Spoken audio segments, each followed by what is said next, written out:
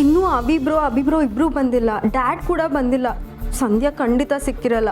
ಇನ್ನೂ ಈ ವಿಷಯನ ಹೇಳ್ದೆ ತಡ ಮಾಡೋದ್ರಲ್ಲಿ ಅರ್ಥನೇ ಇಲ್ಲ. ಬಾ ತುಳಸಿ ದೊಡ್ಡಮ್ಮಂಗೆ ಈ ವಿಷಯನ ಹೇಳೇ ಬಿಡೋಣ. ಬೇಡ ನಿಧಿ, ಅವ್ರಿಗೆ ಈ ವಿಷಯ ಎಲ್ಲ ಗೊತ್ತಾದರೆ ಗಾಬರಿ ಆಗ್ತಾರೆ. ಅದು ಅಲ್ಲದೆ ಪೂರ್ಣಿ ಅಕ್ಕಂಗೆ ಈ ವಿಷಯ ಎಲ್ಲ ಗೊತ್ತಿಲ್ಲ. ಪೂರ್ಣಿ ಅಕ್ಕ ಈಗಷ್ಟೇ ಚೇತರಿಸ್ಕೊತಿದ್ದಾಳೆ. ಅವಳಿಗೆ ಈ ವಿಷಯಗಳೆಲ್ಲ ಗೊತ್ತಾದರೆ ಪುನಃ ಹೆದರ್ಕೊಂಡು ಗಾಬರಿ ಆಗ್ತಾಳೆ. ಅಭಿ ಬರೋವರೆಗೂ ಕಾಯೋಣ. ಇಲ್ಲ ದೀಪಿಕಾ, ನಾವು ಎಷ್ಟು ಕಾದ್ರೂ ಅಷ್ಟೇನೇನೆ. ಯಾವಾಗಿದ್ರೂ ಈ ವಿಷಯನ ಅವ್ರಿಗೆ ಹೇಳಲೇಬೇಕು. ಯಾವಾಗಲೂ ಹೇಳಿ ಅವ್ರಿಗೆ ಶಾಕ್ ಆಗೋದಕ್ಕಿಂತ ಇವಾಗಲೇ ಈ ವಿಷಯನ ಹೇಳ್ಬಿಡೋಣ.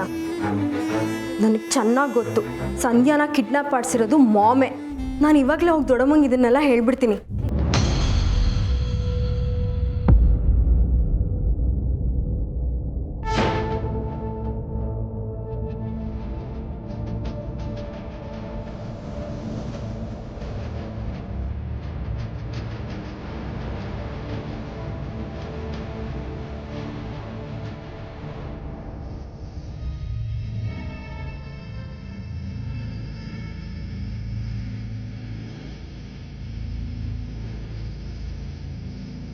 ಏನು ಹೇಳ್ದೆ ನಿಧಿ? ಸಂಧ್ಯಾ ನಿಜ ದೊಡ್ಡಮ್ಮ, ಸಂಧ್ಯಾ ಕಾಣಿಸ್ತಿಲ್ಲ. ಮಾಮೆ ಅವಳು. ಸಂಧ್ಯಾ ಅದವ್ರೆ, ಸಂಧ್ಯಾ ಎಲ್ಲಿ? ಸಂಧ್ಯಾಗೇನಾದ್ರು ಆದ್ರೆ ನಾನು ಬದುಕಿರಲ್ಲ ಮಾಧವ್ರೆ.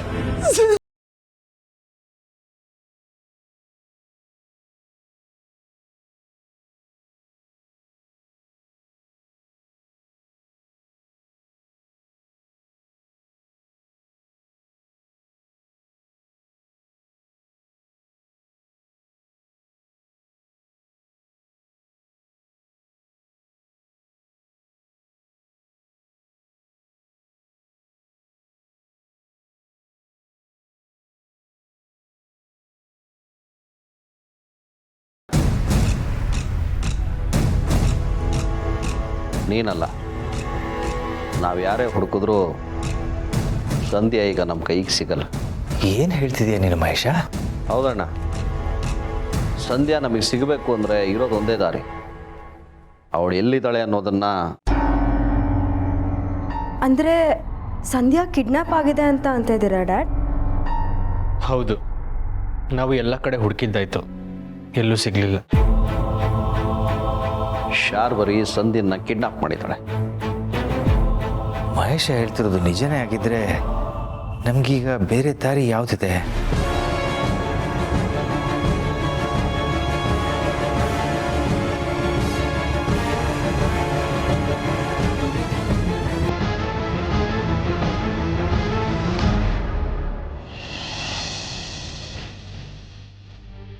The number you are trying to call is currently not reachable.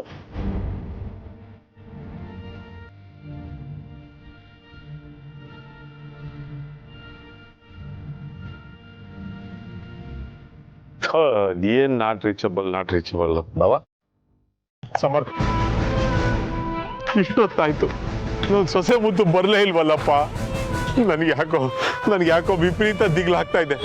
ಮೈಸೂರಿಂದ ಬರೋ ಎಲ್ಲ ಬಸ್ಸುಗಳು ಬಂದು ಹೋಯ್ತು, ಆದ್ರೆ ಯಾವ ಬಸ್ಸಲ್ಲೂ ಇವಳು ಬರಲಿಲ್ಲ.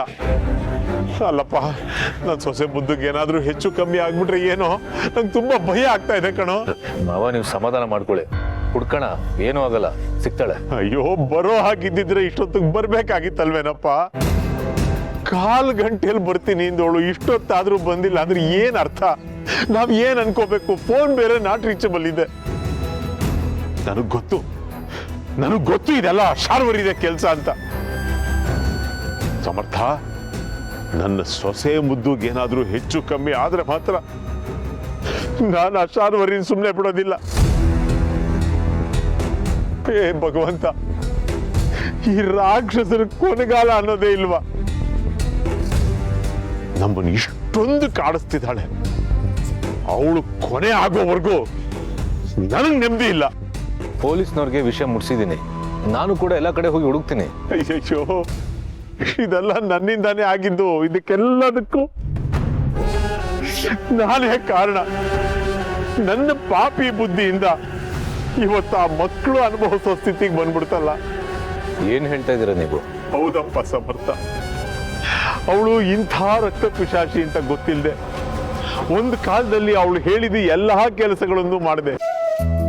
ಮಾಡಬಾರದ ಕೆಲಸಗಳನ್ನೆಲ್ಲ ಮಾಡಿಸಿದ್ರು ನನ್ನ ಕೈಲಿ. ನಾನು ಮಾಡಿದ್ದು 1-2 ಪಾಪದ ಕೆಲಸಗಳಲ್ಲಪ್ಪ. ಆ ಭಗವಂತ ನಾನು ಮಾಡಿರೋ ತಪ್ಪುಗಳಿಗೆ ನನಗೆ ಶಿಕ್ಷೆ ಕೊಡ್ಲಿ, ನನ್ನ ಪ್ರಾಣ ಬೇಕಾದ್ರೂ ತೆಗೆದು ಬಿಡ್ಲಿ. ಸಮರ್ಥ, ನನ್ನ ಸೊಸೆ ಮುದ್ದು ಮಾತ್ರ ಏನೂ ಆಗಬಾರ್ದು. ಅವಳು ಕ್ಷೇಮವಾಗಿ ಮನೆಗೆ ಬರಬೇಕು. ಒಂದು ವೇಳೆ ಅವಳಿಗೇನಾದ್ರೂ ಹೆಚ್ಚು ಕಮ್ಮಿ ಆಗಿಬಿಟ್ರೆ ನಾನಂತೂ ಬದುಕಿರಲ್ಲಪ್ಪ, ಬದುಕಿರಲ್ಲ. ನನ್ನಂತ ಪಾಪಿ ಬದುಕಿದ್ರೆ ಭೂಮಿಗೆ ಭಾರ ಅಷ್ಟೇನಪ್ಪ. ಜೀವ ಬಿಟ್ಟು ಬಿಡ್ತೀನಿ. ನೀವ್ ಈ ರೀತಿ ಅಳ್ತಾ ಕೂತ್ಕೊಂಡ್ರೆ ಏನೂ ಆಗಲ್ಲ. ಸಂಧ್ಯಾ ಎಲ್ಲಾದ್ರೂ ನಾನು ಕರ್ಕೊಂಡ್ ಬರ್ತೀನಿ, ನೀವ್ ಮನೆಗೆ ಹೋಗಿ. ಹೇಗಪ್ಪ ಮನೆಗೆ ಹೋಗ್ಲಿ? ಇಲ್ಲ, ನನ್ನ ಸೊಸೆ ಮುದ್ದು ಬರೋವರೆಗೂ ನಾನು ಮನೆಗೆ ಹೋಗಲ್ಲ. ನೋಡ, ಇಬ್ರು ಸೇರಿ ಹುಡ್ಕೋಣ. ಬಾ ಹೋಗೋಣ, ಬಾ ಬಾರೋ.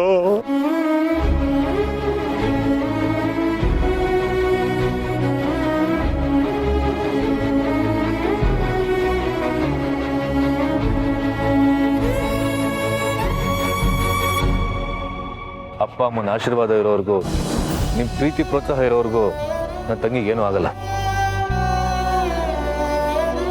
ಏನೋ ಆಗ್ಬಾರ್ದು, ಏನೋ ಆಗ್ಬಾರ್ದು ಅವಳಿಗೆ.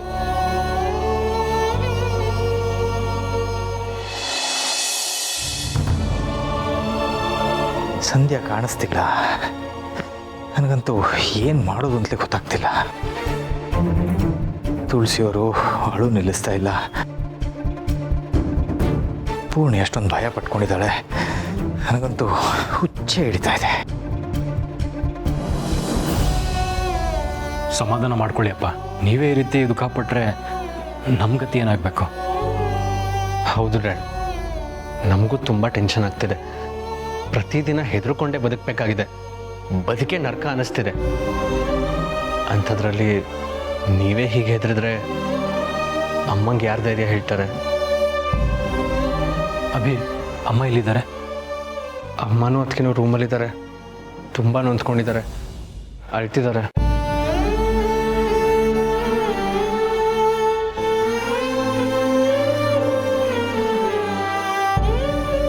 ಸಂಧ್ಯಾಗೆ ಏನಾಗಿದೆಯೋ ಏನೋ, ನಂಗೆ ತುಂಬ ಭಯ ಆಗ್ತಿದೆ. ಆ ಶಾರ್ವರಿ ತುಂಬ ಕ್ರೂರಿ ಕಣಮ್ಮ. ಸಂಧ್ಯಂಗೆ ಅವಳು ತುಂಬ ತೊಂದರೆ ಕೊಟ್ಟಿರ್ತಾಳೆ. ಪಾಪ ಸಂಧ್ಯಾ ಚಿಕ್ಕ ಹುಡುಗಿ. ಅವಳ ದೃಷ್ಟಿ ಸಂಧ್ಯನ ಮೇಲೆ ಬೀಳಬಾರ್ದಾಗಿತ್ತು. ನಾನು ಮುಂಚೆನೇ ಹೇಳಿದೆ, ನಾವು ತುಂಬ ಹುಷಾರಾಗಿರ್ಬೇಕಾಗಿತ್ತು. ಸಂಧ್ಯಂಗೆ ಏನಾದರೂ ತೊಂದರೆ ಆಗಿದ್ರೆ? ನಿಧಿ, ನೀನು ಸ್ವಲ್ಪ ಸುಮ್ಮನೆ ಇರ್ತೀಯ. ಈಗಾಗಲೇ ಮನೆಯವರೆಲ್ಲರೂ ಹೆದರಿತಾರೆ. ಮತ್ತೆ ನೀನು ಇನ್ನೇನೋ ಹೇಳಿ ಹೆದರಿಸ್ಬೇಡ.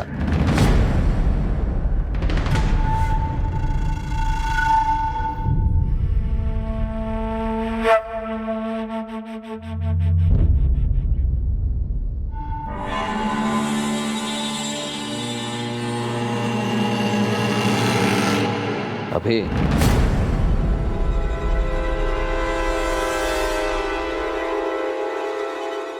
ನೋಡ್ತಿದ್ಯಾ ಮಾಮ್, ಮನೆಯವರೆಲ್ಲರೂ ಹೇಗೆ ನರಳ್ತಾ ಇದ್ದಾರೆ ಅಂತ. ಎಲ್ಲರೂ ದುಃಖದಲ್ಲಿ ಒತ್ತಾಡ್ತಾ ಇದ್ದಾರೆ.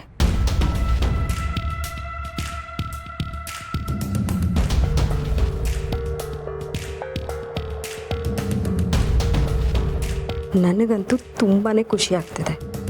ಇದೆಲ್ಲ ಆಗಿದ್ದು ನಿನ್ನಿಂದಾನೆ. ಸಂಧ್ಯಾ ಕಾಣದೇ ಇರೋದಕ್ಕೂ ನೀನೇ ಕಾರಣ ಅಂತ ನನಗೆ ಗೊತ್ತು. ನಾನು ನಿನ್ನ ಜೊತೆ ಮಾತಾಡಬೇಕು ಮಾಮ್. ಇವಾಗಲೇ ಕಾಲ್ ಮಾಡು. ಈ ಸಂತೋಷನ ನಿನ್ನ ಜೊತೆ ಹಂಚ್ಕೋಬೇಕು. ನಿಧಿ, ನಿಧಿ ಎಲ್ಲೋದ್ಲು? ನಿಧಿ ಅಲ್ಲಿದೆಯಾ? ನಾನು ಬಾಯ್ಲಿ ದೊಡ್ಡಪ್ಪಂಗೆ ಒಂದು ಲೋಟ ನೀರು ತಂದು ಕೊಡು. ನೋಡ,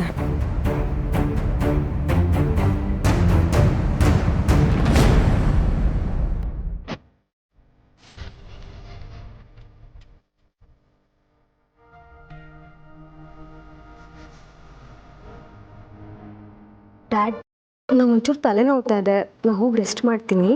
ಆಯಿತು ಮಗಳೇ, ನಾನು ಅಭಿ ಮತ್ತೆ ಸಂಧ್ಯನ ಹುಡ್ಕೋ ಪ್ರಯತ್ನ ಮಾಡ್ತೀನಿ ಅಣ್ಣ.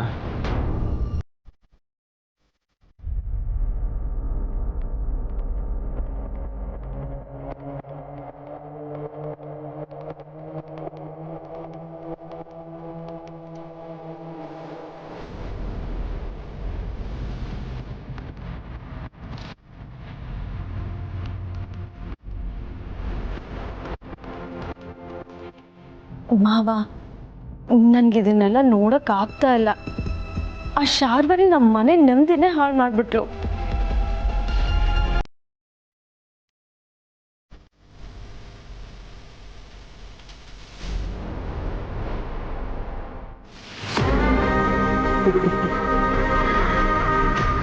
ಈಗ ಈ ಶಾರ್ವರಿ ಯಾರು ಅನ್ನೋದು ಗೊತ್ತಾಯ್ತಾ? ಆ ಮನೆನ ನರ್ಕ ಮಾಡ್ತೀನಿ ಅಂತ ಹೇಳಿದ್ದೆ, ಇದು ಕಮ್ಮಿನೇ. ಆ ಮನೆಯವರೆಲ್ಲರೂ ಇನ್ನು ಮುಂದೆ ನರಳಿ ನರಳಿ ಸಾಯ್ಬೇಕು, ಹಾಗೆ ಮಾಡ್ತೀನಿ.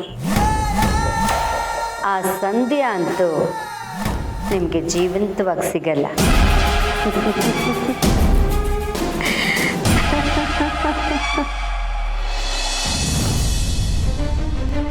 ನಾವು ಯಾರೇ ಹುಡುಕಿದ್ರೂ ಸಂಧ್ಯಾ ಈಗ ನಮ್ಮ ಕೈಗೆ ಸಿಗಲ್ಲ. ಶಾರ್ವರಿ ಸಂಧ್ಯನ್ನ ಕಿಡ್ನಾಪ್ ಮಾಡಿದ್ದಾಳೆ. ಸಂಧ್ಯಾ, ನನ್ನ ಮಗಳಿಗೆ ಇನ್ನೂ ಆಗಿದೆ, ನಾನು ಹೋಗ್ಬೇಕು. ಸಂಧ್ಯಾ, ಸಮಾಧಾನ ಮಾಡ್ಕೊಳ್ಳಿ. ಸಂಧ್ಯಂಗೆ ಏನೂ ಆಗಲ್ಲ, ಸಮಾಧಾನ ಮಾಡ್ಕೊಳ್ಳಿ. ಇಲ್ಲ ಪೂರ್ಣಿ, ನನ್ನ ಮಗಳಿಗೆ ತೊಂದರೆ ಆಗಿದೆ. ಅವಳ ಶಾರ್ವರಿ ಕೈಲಿ ಸಿಕ್ಕಾಕೊಂಡಿದ್ದಾಳೆ. ರಾಕ್ಷಸಿ ನನ್ನ ಮಗಳ ಜೀವಕ್ಕೆ ತೊಂದರೆ ಮಾಡಿದಾಳೆ. ನಾನು ಈಗಲೇ ಹೋಗ್ಬೇಕು. ನಾನು ಬಿಡು ಪೂರ್ಣಿ. ಅಮ್ಮ, ಎಲ್ಲಿ ಅಂತ ಹೋಗ್ತೀರಾ? ಮನೆಯವ್ರು ಎಲ್ಲರೂ ಸಂಧ್ಯಂಗೋಸ್ಕರನೇ ಹುಡುಕ್ತಿದ್ದಾರೆ. ಅವಳು ಸಿಕ್ಕೇ ಸಿಗ್ತಾಳೆ, ಅವಳಿಗೇನೂ ಆಗಲ್ಲ. ನೀವು ಧೈರ್ಯವಾಗಿರಿ. ಬನ್ನಿ ಬನ್ನಿ, ಕೂತ್ಕೊಳ್ಳಿ.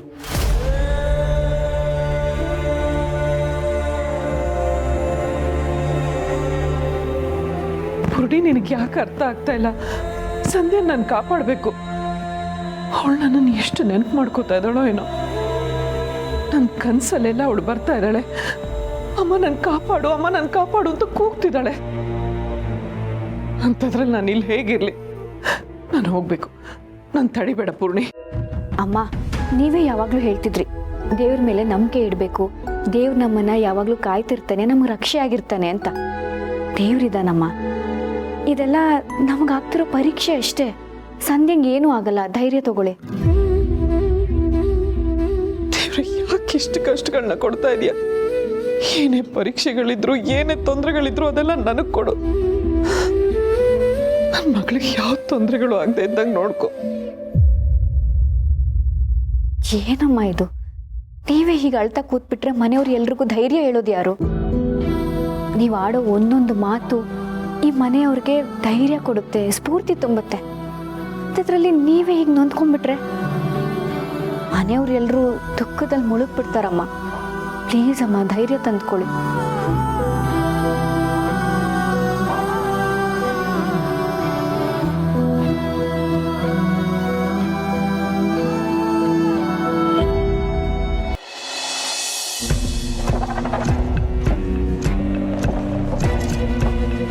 ಇಷ್ಟೊತ್ತಾದರೂ ಕಾಲೇ ಬರ್ತಿಲ್ವಲ್ಲ? ನಾ ಹೇಳಿದ ಮಾಮಗೆ ಕೇಳಿಸ್ತೋ ಇಲ್ವೋ? ಯಾವುದಕ್ಕೂ ನಾನು ಕ್ಯಾಮ್ರಾ ಹತ್ರ ಹೋಗಿ ಇನ್ನೊಂದ್ಸಲ ಹೇಳ್ಬರ್ತೀನಿ.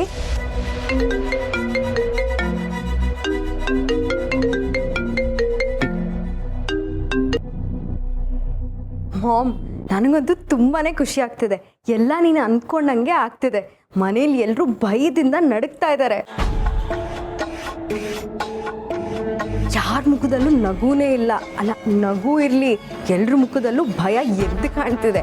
ಅದರಲ್ಲೂ ಆ ತುಳಸಿ ಮುಖನಂತೂ ಸಾಕು ನಿಧಿ, ನಾನು ಅದನ್ನೆಲ್ಲ ನೋಡಿದ್ದೀನಿ.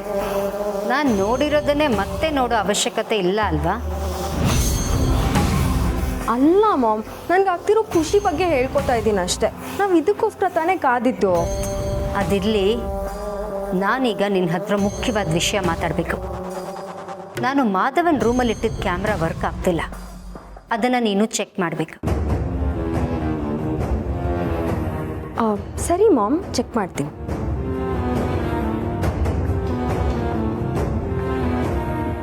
ಮಾಮ್, ಆದರೂ ನೀನು ಮಾಡಿರೋ ಪ್ಲ್ಯಾನ್ ಅಂತೂ ಎಕ್ಸಲೆಂಟ್.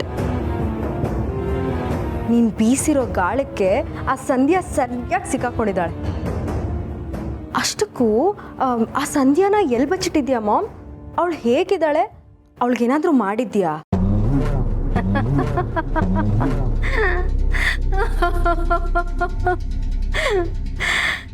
ಸಂಧ್ಯನ್ ಕತೆ ಮುಗಿದು ಹೋಯ್ತು.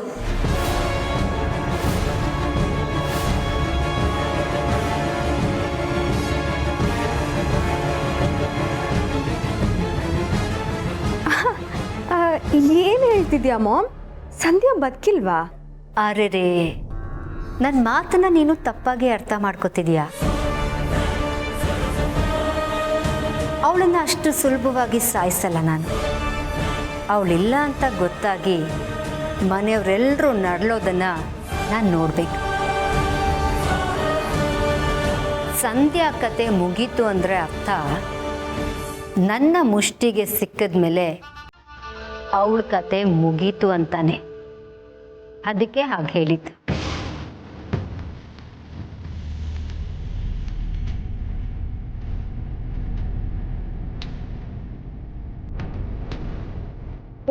Very good ma'am. ನಾನು ಇದಕ್ಕೆ ಕಾಯ್ತಾ ಇದ್ದೆ. ಅವಳು ಬೇಗ ಸತ್ರೆ 4 ದಿನ ಸುಮ್ಮನಾಗ್ಬಿಡ್ತಾರೆ. ಆದ್ರೆ ಈಗ ಬದುಕಿದಳೋ ಇಲ್ವೋ ಅಂತ ಗೊತ್ತಾಗದೆ ವಿಲವಿಲ ಅಂತ ಒತ್ತಾಡ್ತಿದ್ದಾರೆ. ಅಂದಹಾಗೆ ಅವಳನ್ನ ಎಲ್ಲಿಟ್ಟಿದ್ಯಾ ಮಾಮ್? ಅದು ನಿನಗೆ ಬೇಡದೇ ಇರೋ ವಿಷಯ ಬೇಬಿ. ಈಗ ನನಗೆ ಬೇಕಾಗಿರೋದನ್ನ ನೀನು ಮಾಡಬೇಕು ಅಷ್ಟೆ. ಏನು ಹೇಳ್ತಿದ್ಯಾ ಮಾಮ್? ನಾನು ದುಡ್ಡಿನ ಬಗ್ಗೆ ಹೇಳ್ತಿದ್ದೀನಿ. ನಾಳೆ ನಾನು ಹೇಳಿದ ಜಾಗಕ್ಕೆ ನೀನು ದುಡ್ಡನ್ನ ತಗೊಂಡು ಬರಬೇಕು. ಸರಿ ಮಾಮ್. ಆ ಜಾಗ ಯಾವುದು ಅಂತ? ಹಲೋ ಹಲೋ ನಿಜವಾಗ್ಲೂ ಅವಳು ರಾಕ್ಷಸಿನೇ ಅಣ್ಣ. ಆ ಸಂಧಿಯನ್ನು ಇಟ್ಕೊಂಡು ಎಷ್ಟೆಲ್ಲ ಆಟ ಆಡ್ತಾ ಇದ್ದಾಳು ನೋಡು. ಇನ್ನು ನಾವು ಸುಮ್ಮನೆ ಕೂರಬಾರ್ದು ಡ್ಯಾಡ್. ಅವಳು ಸಂಧ್ಯಾಗೆ ಏನಾದರೂ ಮಾಡೋ ಅಷ್ಟರಲ್ಲಿ ನಾವು ಅವಳನ್ನು ಹುಡುಕಬೇಕು.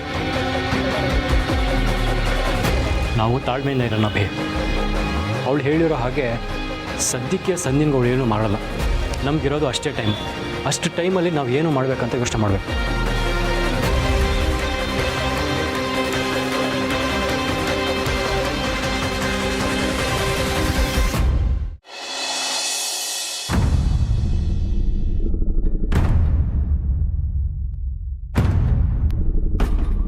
ಮಾಮ್ ಹೇಳಿದ್ದು ಇದೇ ಜಾಗ ತಾನೆ?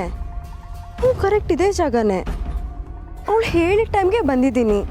ಬಟ್ ಇಲ್ಲಿ ಯಾರು ಕಾಣ್ತಿಲ್ವಲ್ಲ.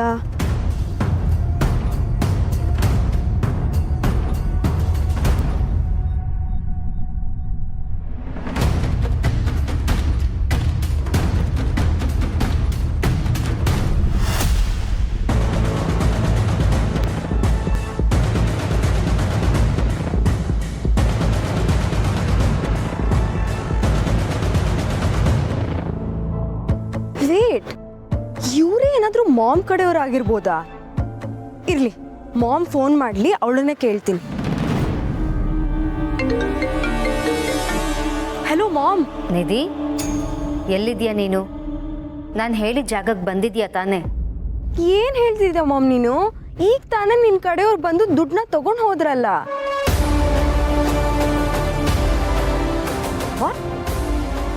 ದುಡ್ಡನ್ನ ತಗೊಂಡು ಹೋದ್ರ?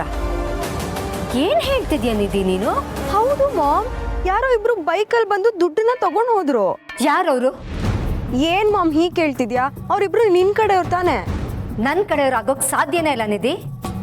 ನನ್ನ ಕಡೆಯವ್ರು ಯಾರು ನೀನು ಇರೋ ಜಾಗಕ್ಕೆ ಬಂದಿಲ್ಲ. ಅವ್ರು ಇನ್ನೂ ಇಲ್ಲೇ ಇದ್ದಾರೆ. ಓ ಗಾಡ್, ಹಾಗಾದ್ರೆ ಇಲ್ಲಿ ಬಂದವ್ರು ಯಾರು? ಅವ್ರಿಗೆ ನನ್ನ ಸೂಟ್ ಕೇಸಲ್ಲಿ ದುಡ್ಡಿದ್ದು ಹೇಗೆ ಗೊತ್ತಾಯ್ತು? ಅದನ್ನ ನೀನ್ ಹೇಳ್ಬೇಕು. ಅವ್ರು ಹೇಗಿದ್ರು ನೋಡೋಕೆ? ಗೊತ್ತಿಲ್ಲ ಮಾಮ್. ಅವರು ಮುಖಕ್ಕೆ ಮಾಸ್ಕ್ ಹಾಕೊಂಡಿದ್ರು, ಬೈಕಲ್ಲಿ ಸ್ಪೀಡಾಗಿ ಬಂದ್ರು, ನನ್ನ ಕೈಲಿದ್ದ ಸೂಟ್ ಕೇಸ್ನ ಕಿತ್ಕೊಂಡು ಹೊಟ್ಟೋದ್ರು. ಏನ್ ಹೇಳ್ತಿದ್ಯಾ ನೀನು? ನಿನಗೆ ಸ್ವಲ್ಪನೂ ಸೀರಿಯಸ್ನೆಸ್ ಇಲ್ವಾ? ಅಷ್ಟೊಂದು ದುಡ್ಡು ಒಡವೆಗಳನ್ನ ಇಟ್ಕೊಂಡು ಯಾರಾದ್ರೂ ರೋಡ್ ಸೈಡಲ್ಲಿ ನಿಂತಿರ್ತಾರ? ಮಾಮ್, ಇಲ್ಲೇ ನಿಲ್ಲಕ್ಕೆ ನೀನೇ ತಾನೇ ಹೇಳಿದ್ದು. ನಿಲ್ಲೋಕ್ ಹೇಳಿದೆ ಸರಿ, ಆದ್ರೆ ಮೈ ಮೇಲೆ ಪ್ರಜ್ಞೆ ಇರ್ಬೇಕಲ್ವಾ? ಅಷ್ಟೊಂದು ದುಡ್ಡು ಇಟ್ಕೊಂಡಿರುವಾಗ ಹುಷಾರಾಗಿರ್ಬೇಕಲ್ವಾ? ಇವಾಗ ಏನು ಮಾಡೋದು ಮಾಮ್? ಇಲ್ಲ, ಬೇರೆ ಏನೋ ನಡೀತಾ ಇದೆ. ಸರಿ, ನಾನು ನಿನ್ಗೆ ಆಮೇಲೆ ಕಾಲ್ ಮಾಡ್ತೀನಿ.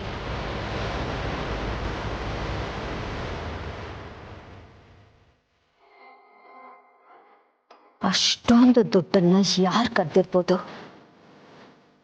ನಿಧಿ ಕೈಲಿದ್ದ ಸೂಟ್ ಕೇಸಲ್ಲಿ ದುಡ್ಡಿದೆ ಅನ್ನೋದು ಯಾರಿಗೆ ಗೊತ್ತಿರತ್ತೆ? ಅವ್ರು ಯಾರೋ ಬೀದಿ ಕಳ್ಳರಾಗಿರ್ತಾರ, ಅಥವಾ ವಿಷಯನೆಲ್ಲ ತಿಳ್ಕೊಂಡು ಬೇಕು ಅಂತಾನೆ ಪ್ಲಾನ್ ಮಾಡಿ ಕದ್ದಿದ್ದಾರ?